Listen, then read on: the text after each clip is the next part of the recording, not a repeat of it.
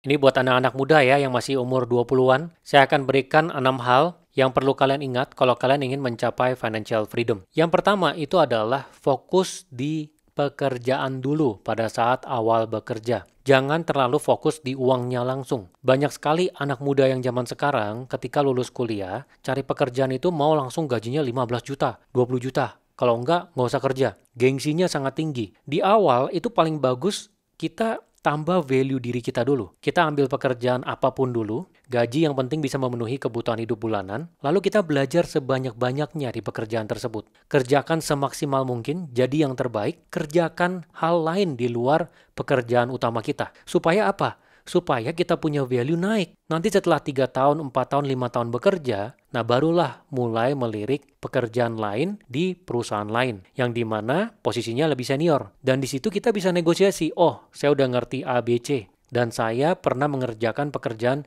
di luar dari skop utama saya. Jadi saya ingin nego gaji saya. Itu bisa. Tapi kalau di awal langsung nego gaji, ya berat gitu. Jadi ingat ya, di awal fokus nambah value diri dulu. Dan kalau ditanya perusahaan yang paling bagus itu seperti apa? Menurut saya, paling oke sebenarnya di perusahaan yang kecil. Apalagi kalau bisa langsung bekerja dengan ownernya. Dan kalau misalnya perusahaan ini berkembang, itu lebih bagus lagi. Karena kita akan melihat bagaimana sebuah perusahaan itu didirikan dari kecil, kemudian dia berkembang menjadi besar. Dari yang tadinya berantakan sampai terstruktur dengan rapi. Karena kalau kita langsung bekerja di perusahaan yang sangat besar, itu sudah terkotak-kotak. Kita hanya mengerjakan satu hal saja. Dan jarang sekali kita akan mengerjakan banyak hal sekaligus. Kecuali kita masuknya sebagai management trainee. Ya biasa ada yang namain Graduate International Program atau Global Leaders Program atau apapun itu. Intinya itu adalah satu program di mana orang yang masuk dipersiapkan menjadi leader. Jadi dia dirotasi di banyak posisi sekaligus. Kecuali yang seperti itu. Tapi secara umum,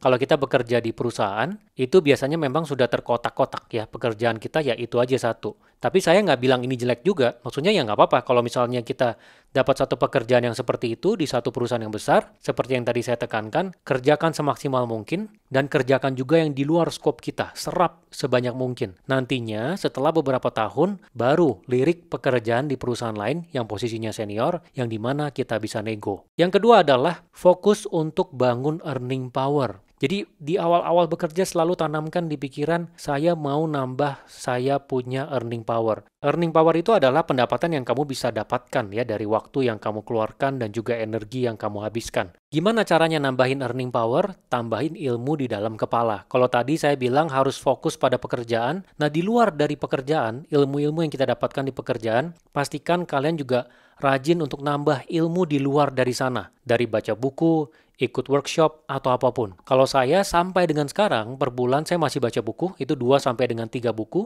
topiknya fokus di bisnis dan finance. Saya masih terus buas menambah ilmu, karena saya tahu semakin banyak ilmu yang saya miliki dalam kepala saya, peluang yang akan bisa saya tangkap itu juga semakin banyak. Nah, kalau misalnya kalian nggak perhatikan earning power kalian, itu akan susah sekali di ujungnya kalau mau mencapai uang yang besar. Misalnya kalian sekarang bekerja sebagai admin, gajinya 3 juta per bulan. Kalian merasa ya udah go with the flow aja, kerja jadi admin. Sampai 20 tahun kerja jadi admin nih. 3 juta per bulan, mungkin kalian bisa simpen 1 juta. 1 juta, 1 tahun mungkin 12 juta. 12 juta kali 20, 240 juta. Kalau goal kalian di ujung itu mau sampai di 20 miliar atau misalnya 10 miliar, ya itu susah. Kalian harus gedein earning power kalian. Gitu. Jadi di luar dari kalian habis-habisan di pekerjaan nambah value diri kalian, di luar dari pekerjaan, luangkan waktu untuk nambah ilmu kepala. Ini penting banget. Kalau kalian nggak percaya bahwa ilmu kepala itu akan membuat kita sangat berbeda, coba kalian bayangkan kalian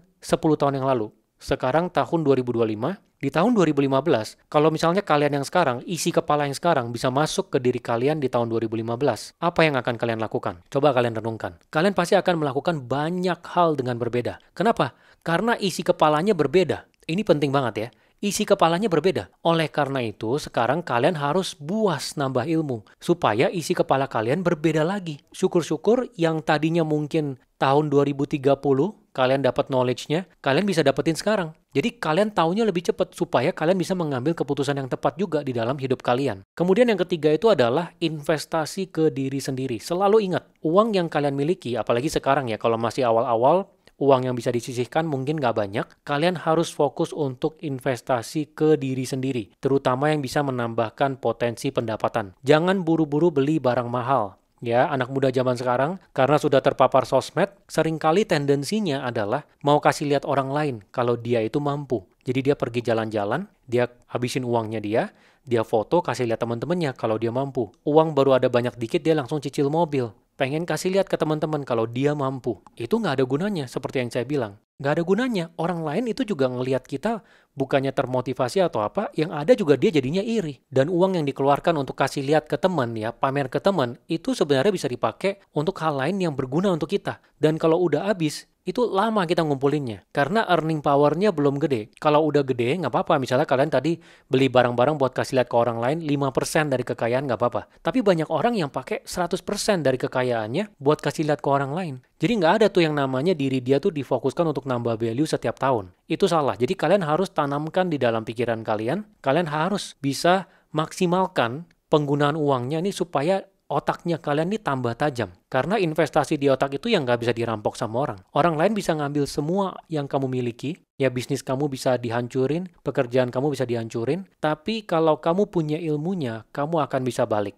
Ya, kalau kamu misalnya punya ilmu terkait dengan pekerjaan kamu, ada office politik yang menghancurkan pekerjaan kamu di satu perusahaan, kamu akan pindah dengan mudah karena punya ilmunya. Bisnis juga sama. Makanya banyak sekali konglomerat yang mereka udah jatuh, itu mereka bisa comeback lagi dengan cepat. Ya karena mereka punya ilmunya di dalam kepala mereka. Kemudian yang selanjutnya adalah jangan buru-buru beli rumah. Nah, kenapa ini saya tekankan? Ya karena banyak sekali anak muda zaman sekarang yang mereka ada pressure gitu ya, dari mereka punya pasangan, dari mertua, harus punya rumah dulu nih. Kalau nggak dianggap. Nah, itu sebenarnya membunuh. Kenapa? Karena uang untuk membeli rumah itu adalah salah satu yang menghabiskan uang kita banyak di dalam perjalanan hidup kita. Kalian bayangkan ya, kalian kumpulin uang capek-capek 4 tahun, 5 tahun, misalnya kekumpul 1 miliar misalnya. Itu langsung kalian pakai buat beli rumah tuh, 800 juta. Itu 800 juta bisa buat banyak sekali hal lain yang bisa membuka peluang kalian untuk dapat uang lebih banyak lagi. Tapi karena buru-buru beli rumah, jadinya kalian harus nunggu lagi, ngabis waktu lagi. Ya udah keburu masuk umur 30. Ataupun KPR juga sama. Banyak sekali orang yang terbunuh karena KPR. Terbunuhnya itu maksudnya gini, dia punya pendapatan 8 juta, dia ambil KPR 6 juta. Jadi sisanya cuma 2 juta. Dan itu 6 jutanya adalah bunga fix. Dia juga nggak perhatiin kalau itu nantinya jadi floating, dia naik tuh. Nah ini bahaya sekali ya. Jadi kalian harus benar-benar pelajari ini. Bagaimana sih cara bekerjanya KPR? Tanya yang banyak. Kalau misalnya ada workshop, ikutin workshopnya. Pelajarin, jadi kalian tahu, oh kalau bunga fix itu seperti ini ya. Nanti kalau jadi floating dia nambah. Terus idealnya dari cicilan itu di level 20-25% kalau dari saya. Ya jangan sampai kalian ngambil satu cicilan di mana itu lebih dari itu. Sekarang banyak sekali orang yang di atas 50%, makanya posisinya kejepit. Padahal di usia muda itu adalah momen di mana kita bisa ambil resiko supaya hidup kita naik level. Tapi karena kejepit sama KPR, jadi nggak bisa naik level. Ya udah, ngurusin aja itu KPR dari bulan ke bulan. Sampai 15 tahun, kelar, totonya udah umur 35, 36, udah mau 40.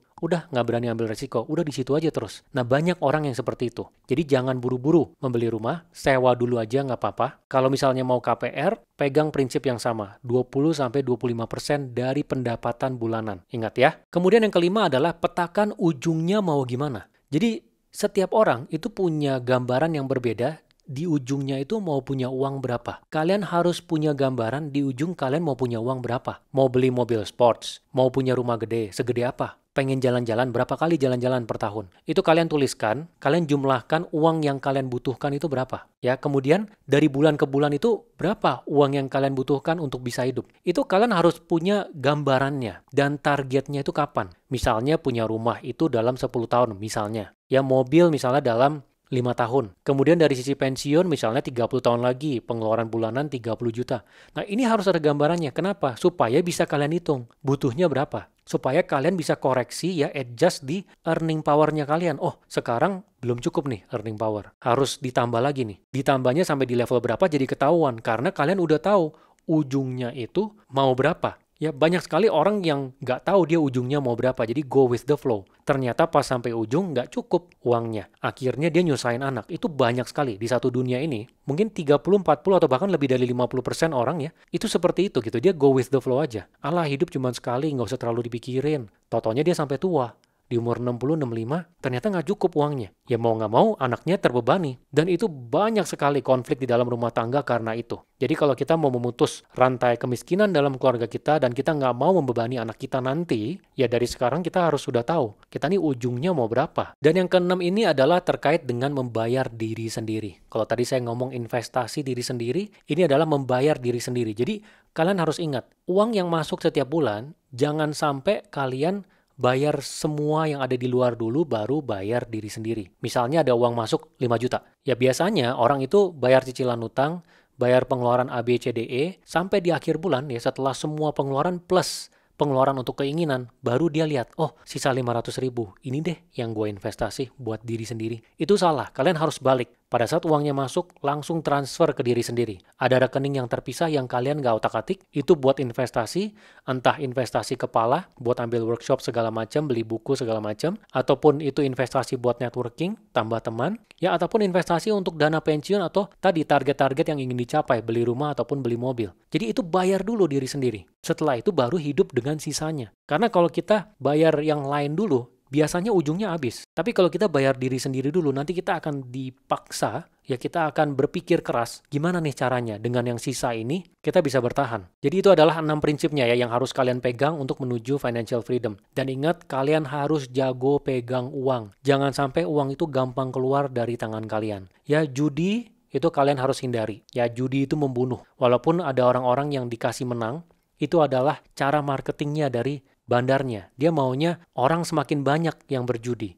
Padahal itu semuanya udah sistem. Bisa di-set menangnya mau berapa. Jadi jangan sampai uang gampang keluar dari tangan kalian. Ini termasuk sampai di titik membantu orang ya. Banyak orang yang dia tipenya nggak enakan ya. Dari muda sampai tua dia nggak enakan. Tiap kali dapat uang, dimintain orang uang untuk bantu, dia keluarin terus. Walaupun memang bersedekah itu akan memberikan satu hal yang baik dalam diri kita, tapi kita tetap harus ingat ya bahwa itu harus sesuai dengan kemampuan kita. Ya ada orang yang saya kenal, itu pendapatannya ratusan juta, tapi ketika dia dapat uang, orang sekitarnya kan tahu dia dapat uang. Ada yang minta bantuan bayar utang segala macam, itu sampai 10 tahun, 20 tahun dalam hidup dia masih susah sekali. Padahal kalau kita lihat, kayaknya nggak mungkin dia susah. Tapi karena dia orangnya nggak enakan, dia nggak ada yang namanya prioritas untuk bayar diri sendiri dulu baru pakai sisanya, terus dia batasin gitu kalau misalnya mau membantu, akhirnya habis semua uangnya. Ya buat membantu itu, yang rasa nggak enaknya dia, membantu boleh tapi sesuai dengan kapasitas gitu ya, karena memang rezeki itu nggak selalu datang dalam bentuk uang. Coba kalau misalnya kalian sekarang per bulan ada uang 100 juta gitu ya dapat pendapatan. Coba aja kalian 100 juta itu kalian keluarin semuanya, bantu semua teman kalian bayar utang, terus sedekah 100%. Rezeki ada, mungkin badan kalian jadi sehat,